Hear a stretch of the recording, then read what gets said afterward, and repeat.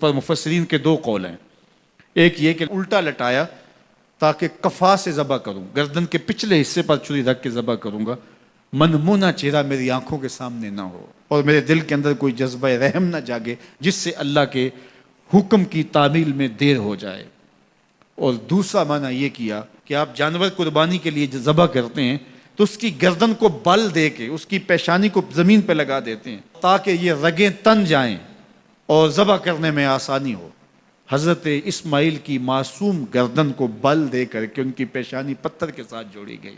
وَتَلَّهُ لِلْجَبِينِ، پیشانی کے بل یوں لٹایا گیا کہ گردن کھل جائے اور بیٹے کو ذبح کرنا آسان ہو. آنکھوں پہ پٹی باندھ لی کہ یہ منظر تو دیکھا نہیں جا سکے گا، اللہ کے حکم کی تعمیل بھی بہر صورت کرنی ہے. سعادت مند بیٹا بولتا، ابا جان مجھے رسیوں سے جکڑ لیجئے، کہیں ایسا نہ ہو کہ میں تڑپوں اور اللہ کا حکم پورا کرنے میں آپ کو دیر ہو جائے. باپ بیٹے کو رسیوں سے جکڑ لیتا ہے، ہاتھ میں چھری پکڑی ہے، ذبح کرنے لگتے ہیں تو بیٹا بولتا ہے، ابا جان رسیاں کھول دیجئے. کیوں؟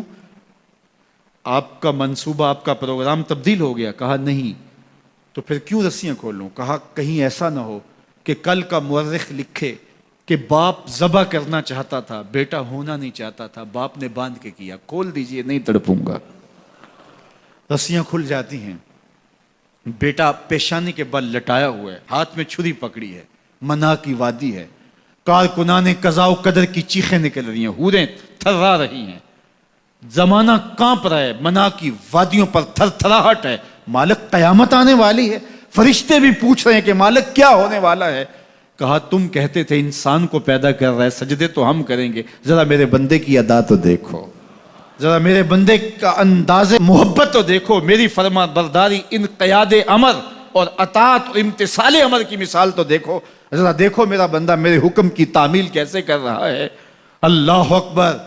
کائنات آنکھیں جھپک رہی ہے، سورج منہ چھپا رہا ہے کہ یہ منظر دیکھا نہیں جا رہا، اور منا کی وادی تھر تھر کانپ رہی ہے کہ ایک بوڑھا باپ ہاتھ میں چھری پکڑے اپنے نونہال فرزند کو ذبح کرنا چاہ رہا ہے. عجیب منظر ہے کائنات کے اندر. حضرت ابراہیم آگے بڑھے، بیٹے کی گردن پہ چھری رکھی اور پوری قوت کے ساتھ چھری کو جنبش دی. اللہ اکبر. لیکن ایک بال بھی نہیں کٹا. پاس پڑے پتھر پر چھری کو مارا. لما تقطع یا سکین، چھری کاٹتی کیوں نہیں؟ تو چھری نے آواز دیا، الخلیل یامرنی والجلیل ینہانی، خلیل مجھے کاٹنے کا کہتا ہے، رب جلیل کہتا ہے خبردار ایک بال بھی کاٹا. تو کہا چھری تیرا کام تو کاٹنا ہوتا ہے. کہا حضرت آگ کا کام بھی تو جلانا تھا، جس نے آگ کو جلانے سے روکا تھا آج اس نے مجھے کاٹنے سے روک دیا. اس کا یہ مفہوم بھی نکالا جا سکتا تھا کہ میں نے تو چھری چلا دی، اب چھری نے کچھ نہیں کیا تو میرا کیا قصور.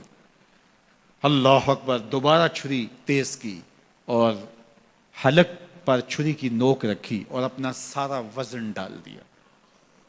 گردن کٹ گئی، خون بہنے لگا اور دل میں تھا کہ اتنا بڑا کام جو میں نے کر لیا. لیکن جب پٹی کھولی تو دیکھا منظر بدلا ہوا ہے. جس کو بیٹا سمجھ کے ذبح کیا وہ بیٹا نہیں تھا، دمبا تھا. اور جبریل امین پاس کھڑے ہیں اور اسماعیل مسکرا رہے ہیں. بے ساختہ زبان سے نکلا اللہ اکبر. تو حضرت اسماعیل بولے لا الہ الا اللہ واللہ اکبر. جبریل بولے اللہ اکبر وللہ الحمد. اب یقین تھا کہ یہ سارا اہتمام ادھر سے، جبریل کا آنا اور دمبا پڑا ہے اور ذبح پڑا ہے اور جبریل امین موجود ہیں تو یہ یہی لے کر آئے ہوں گے اور بیٹا مسکرا رہا ہے. یہ سارا منظر، یہ قرینہ حالیہ بتا رہا تھا کہ یہ سارا الوہی اہتمام ہے، رب نے قربانی قبول کر لی. لیکن صرف اتنا ہی نہیں ہوا کہ یہ قرینہ حالیہ آپ کو یقین دلاتا، بلکہ منا کی وادی چمکنے لگی اور وہی کے اجالوں سے پوری وادی روشن ہو گئی اور آواز آنے لگی وَنَادَيْنَاهُ يَا إِبْرَاهِيمُ قَدْ صَدَّقْتَ الرُّؤْيَا إِنَّا كَذَلِكَ نَجْزِي الْمُحْسِنِينَ. یہ منظر دیکھا تو ابراہیم ابھی کوئی سوال کرتے، کسی سے پوچھتے کہ یہ کیا ہوا، اتنے میں وہی نازل ہوئی، اے ابراہیم تو نے واقعی خواب پورا کر دکھایا. انا کذالک نجزی المحسنین، ہم اپنے بندوں کو یوں ہی صلہ دیا کرتے ہیں. تیرے بیٹے کو ذبح نہیں کروانا تھا تیرے ہاتھوں سے، ہم نے تیرا امتحان لینا تھا. بس ابراہیم تیرا امتحان پورا ہو گیا.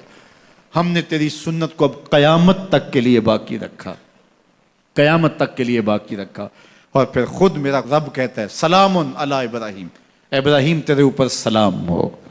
اللہ اکبر۔ منا کی وادی کے اندر حج کے موقع پر 40 لاکھ حجاج ہیں، تو کچھ شیوخ عرب کے اور باقی عمرا مخیر سعادت مند لوگ 100 قربانیاں بھی پیش کرتے ہیں، تو کروڑوں قربانیاں منا کی وادی میں ذبح ہو رہی ہوتی ہیں اور حدود حرم میں، اور بے ساختہ زبان پہ نکلتا ہے سلام علی ابراہیم۔ ہر سال یہ شور و غوغا ہوتا ہے کہ اس مرتبہ قربانی بہت مہنگی ہے، شاید زیادہ لوگ قربانی نہیں کر پائیں گے، لیکن جو ہی موسم قربانی کا آتا ہے گلیوں اور بازاروں کے اندر جانور گھوم رہے ہوتے ہیں اور ان کو دیکھ کے بے ساختہ زبان پہ آتا ہے سلام علی ابراہیم، ابراہیم تیرے اوپر سلام۔ تو یہ کتنا بڑا امتحان تھا، کتنی بڑی آزمائش تھی، لیکن اس آزمائش سے سرخرو نکلے، نمبر بھی پورے 100 حاصل کیے، کامیاب اور بامراد اور کامگار ہوئے۔ آج ہمیں اس سنت کو باقی رکھ کر کے ہمیں وہ یاد تازہ کی جا رہی ہے کہ میرے ایسے بندے کہ جو میرے حکم پہ اپنی سب سے عزیز چیز بھی قربان کرنے سے گریز نہیں کیا کرتے۔